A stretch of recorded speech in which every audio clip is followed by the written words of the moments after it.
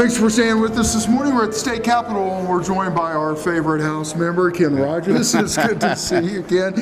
Busy. You guys are in full session. A lot going on in the state of Kansas. Well, there is. As we got underway, some are saying this is one of the quickest starts in kind of recent memory. We had some cleanup work to do with Mr. Pompeo going to the CIA and do some elections we haven't had in 1950. Some laws needed to be updated, which is fine. We did that. And one of the committees I serve on, Brian, is taxation, and we've hit the ground running with testimony talking about what's the best way to move forward. Obviously, the situation we're in, we need to find more places for revenue, but also make sure we do a good job with our expenditures as well. Well, not only that, let's talk about taxation. Is this an opportunity to come back and maybe start adding a few taxes that have been taken away over the past 7 years?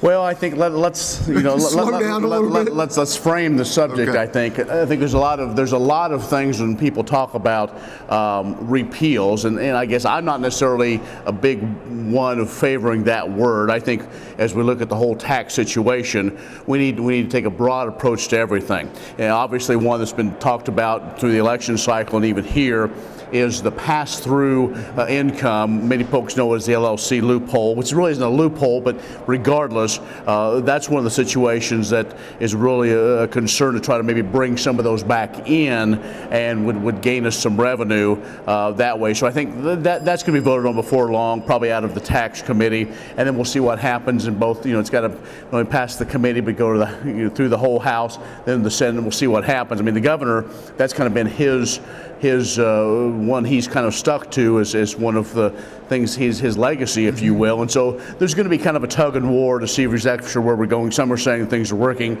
Many folks say, well, not quite. If we're going to keep funding the same programs we have, we've got to find revenue somewhere. Transportation has continued to be a big issue here in the state. We have a ton of grain on the ground. We've got a ton of cows here. Moving them from point A to point B, we need transportation. Well, transportation is another committee I serve on, and that's been very busy as well. We've got several ideas of some different ways to help move not only grain, livestock as well, but we have a lot of ethanol moving through the state. There's been a lot of discussion of the funding and where that comes from. Some of the funding that's gone to the transportation plan has been diverted, and some within rules can to the general fund. But what's happened is a lot of projects that are important all over the state, not only to agriculture but to everywhere, have been cut, and so those are things we're reviewing and trying to find again revenue sources to at least try to help bring that up. But it's a slow process. We didn't get through overnight. We're not going to get it solved overnight. Perfect. We're going to take a quick break. When we come back, we're going to finish up with Ken at the state capitol. We're at your kansasAGreport. We'll see you in just a minute.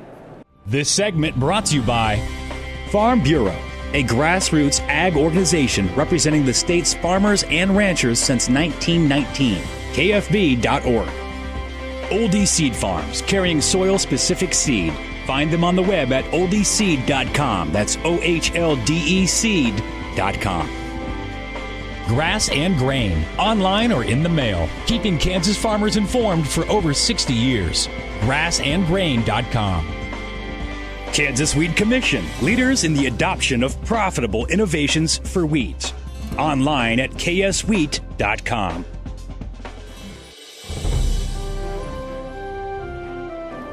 Thanks for staying with us. We're at the state capitol. We're joined by House Member Ken Rahjes. Ken, school funding, it's always a big issue here in the state of Kansas. It has been for many, many years. Taxation kind of falls into that. Where are we at with school finance? Well, the school finance formula needs to be done.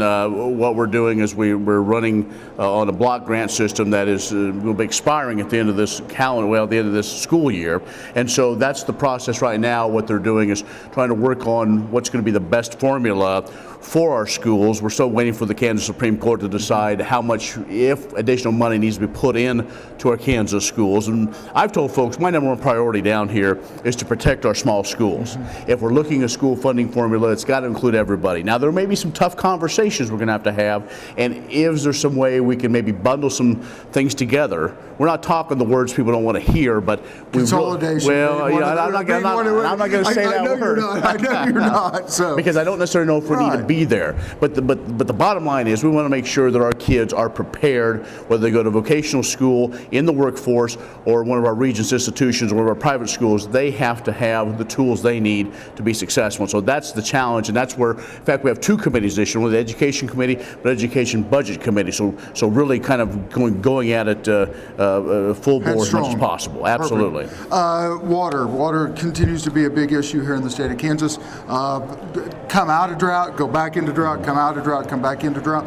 I know we've sued Nebraska and Colorado over the past 5 years for the simple fact of having the Republic River compact, making sure we're getting our fair share of that water. Well, I'm also vice chair of the Water and Environment Committee. We took that out of Ag this year, and so Tom Sloan from Lawrence is the chairman. And so what we're looking at really in water is we're looking at trying to find the true value from all the different stakeholders, from agriculture, municipalities, industrial, and so on, and then help develop that plan. I know there's a lot of talk about the governor's water plan and the Blue Ribbon Commission and so on, the funding mechanism possibly there. I think we're going to be a ways away from that, but obviously water. The nice thing, you brought up the Republican River Compact, and I was at a meeting earlier in St. Francis out in northwest Kansas, and with Colorado and Nebraska folks and Kansas folks. You know what?